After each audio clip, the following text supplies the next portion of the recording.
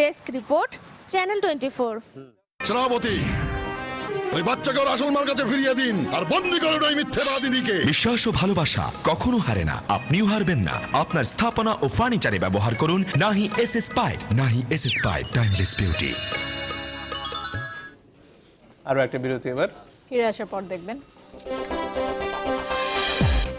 কক্সবাজারের রোহিঙ্গা শরণার্থী শিবিরে ইন্দোনেশিয়া ও বাংলাদেশের পররাষ্ট্রমন্ত্রী শুনলেন নির্মম নির্যাতনের কথা।